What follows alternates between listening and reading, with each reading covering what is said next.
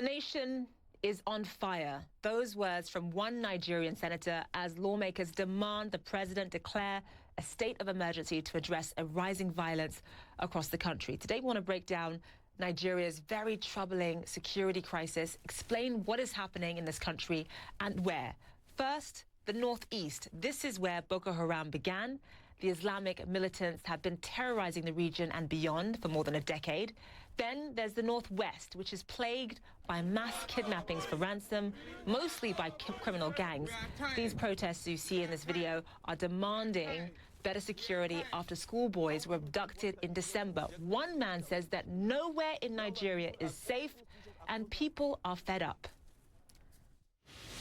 We are living in sorrow and agony. We are living in tears. We are living in a situation whereby we cannot even move from one place to another. In fact, I can tell you vividly, clearly, that you cannot travel 40 kilometers away in each part of the northwestern Nigeria without fear. On top of that, in central Nigeria, there are long-standing clashes between herders and farmers. In the south, there is a separatist movement, and in the southern oil-rich Niger Delta, piracy is a major concern as well. That is, by the way, the part of the country that really fuels Nigeria's economy, but it remains very, very impoverished with high unemployment as well.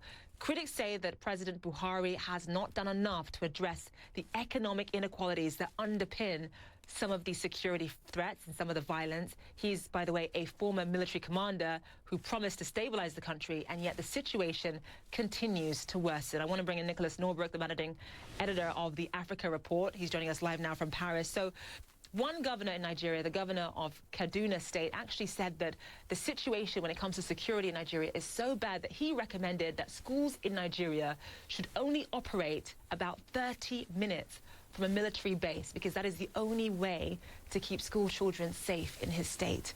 How much is mistrust and the perceived weakness of the country's security forces really driving the violence, do you think, Nicholas?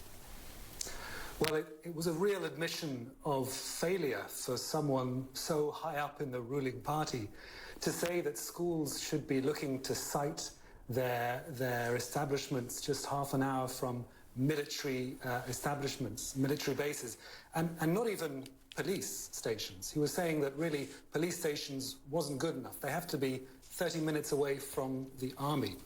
And I think it really shows that the level of threat has got to a place where the average police force simply isn't good enough.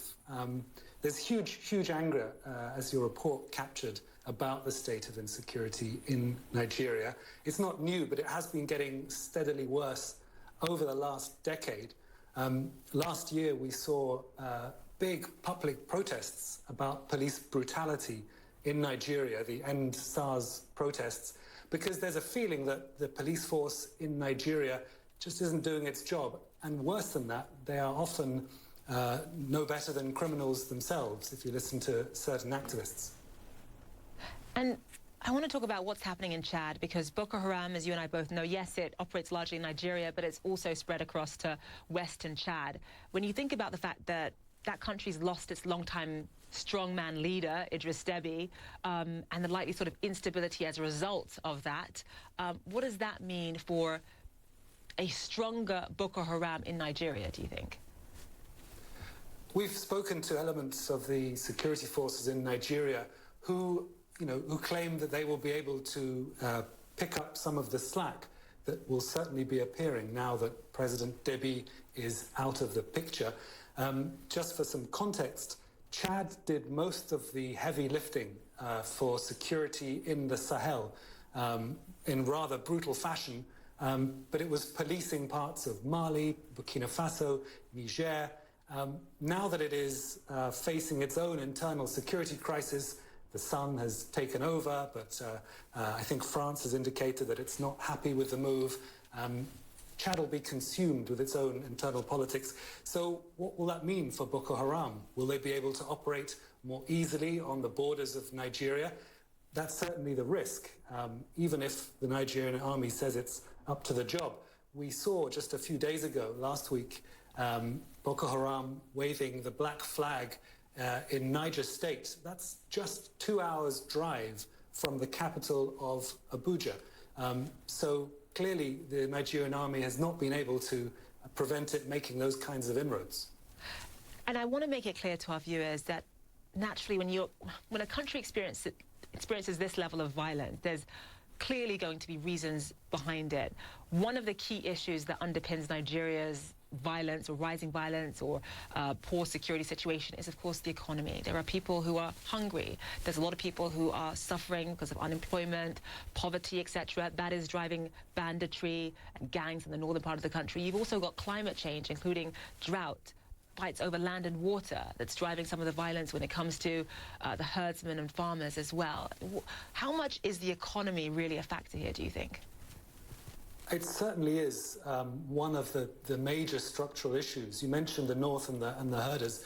The Sahel is drying, and where people used to graze their cattle is now turning to dust in the north, and so they're being pushed further south, and that's colliding with farmers who have been settled there for many, many years and who suddenly have incursions of herdsmen who come and allow the cattle to graze on the crops, and that's been an incredible driver of violence. But clearly there is an environmental cause. But then in the wider economy, this is not an economy that is producing jobs at the rate that it should, and there are some very obvious blocking points. There's no power, the road system is not what it should be, and the ports are really ridiculous given the size of the country. So there's a very clear potential reform agenda there. However, successive governments in Nigeria have not really been able to get their hands around the problem. You know, the president of the African Development Bank, President Adesina, has pointed to agriculture in the north being one of the areas where, you know, potentially millions of jobs to be created. Right. Until they get the irrigation and the power sorted out, that's not going to happen. And Nicholas, we have to leave it there. We're running out of time, but thank you so much.